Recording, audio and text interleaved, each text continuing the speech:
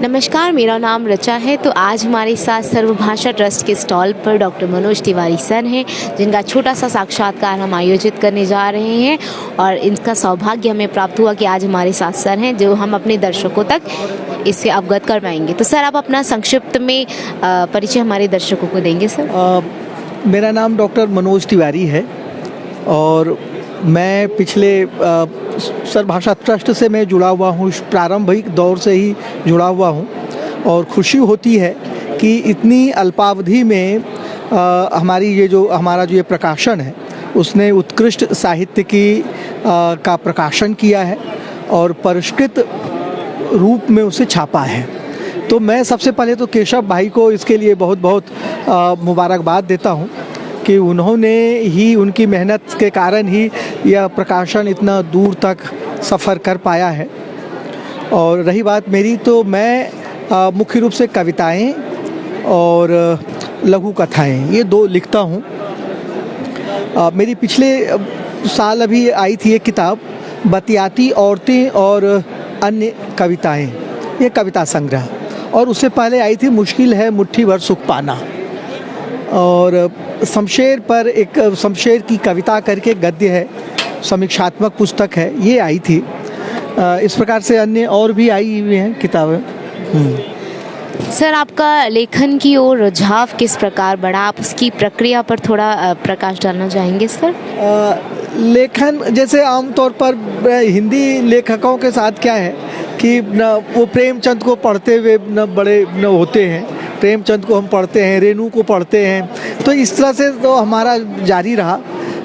सबसे पहले मैंने प्रेमचंद को पढ़ा था, फिर रेणु को पढ़ा, बंगला साहित्य में शरत चंद्र चट्टोपाध्याय को, रविन्द्रनाथ टैगोर को, इन सब लेखकों को पढ़ा और फिर साहित्य को जानने समझने की कोशिश की। इसके बाद फिर जब मैंने जामिया मिलिया इस्लामिया में एडमिशन लिया और वहाँ पर डॉक्टर अब्दुल बिस्मिल्लाह और असगर बजाहत, अशोक चक्रधर जी से मिलना हुआ, तो साहित्य लेखन के प्रति रुचि और बढ़ी। जब मैंने इतनी नज़दीक से इन लेखकों को देखा, उनसे बातें की, तो पहले तो हमें एक ख्वाब सा लगता था। जब इन लेखकों से मिला और उन्होंने प्रोत्साहित किया तो बहुत अच्छा लगा और लिखने के प्रति फिर रुचि बढ़ती चली गई। सर, आपकी लेखन कृतियों में हमें एज अ दर्शक या पाठक किन तत्वों का समावेश, किस प्रकार की कथा वस्तु, विषय वस्तु या शैली या परिवेश हमारे सामने हमारे समक्ष उभर कर आता है, जो हम एज अ दर्शक या रीडर उसमें पा सकते हैं? देखिए, मेरी कविताओं में या कहानियों में जो दबे कुचले लोग हैं वो मुख्य पात्र के रूप में उभर कर आते हैं। सामाजिक रूप से जो इस तरह के दबे कुचले हैं, पारिवारिक रिश्तों पर भी मेरी कुछ कविताएं हैं और कहानियां हैं, लेकिन सामाजिक रूप से जो दबे कुचले हैं, वो जो निचले तबके के लोग हैं, मैं कोशिश करता हूं कि उनको मैं अपने साहित्य में स्थान दूं। मेरा अगला प्रश्न, आपके अनुसार किन तत्वों का समावेश किसी भी लेखन कृति को एक अद्भुत या अप्रतिम रूप प्रदान करती है? देखिए, तत्व तो कोई भी हो सकता है।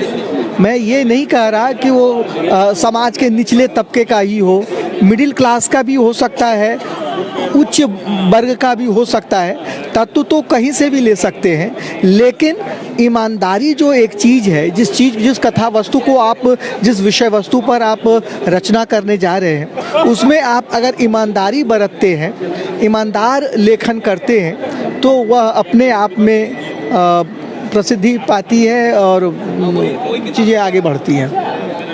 सर, मेरा अंतिम प्रश्न, आप हमारे दर्शक या पाठक वर्ग तक कोई संदेश पहुंचाना चाहें या आप उन्हें कुछ कहना चाहें, उनसे कोई अनुरोध किसी प्रकार का? देखिए, पाठक वर्ग के लिए बल्कि हम सबके लिए है कि हम जितना अधिक साहित्य को पढ़ेंगे उतना ही हमारे अंदर जो है संवेदनशीलता होगी।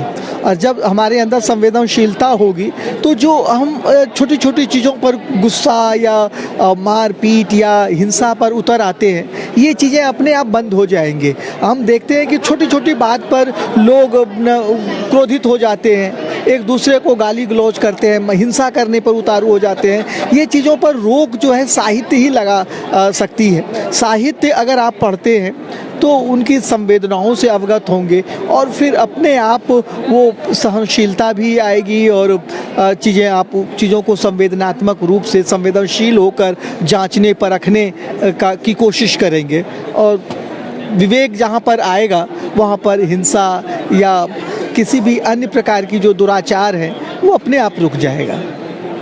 बहुत बहुत धन्यवाद सर अपना बहुमूल्य समय देने के लिए। तो ये रचनाकार डॉक्टर तिवारी सर के साथ हमारा छोटा सा साक्षात्कार था। धन्यवाद।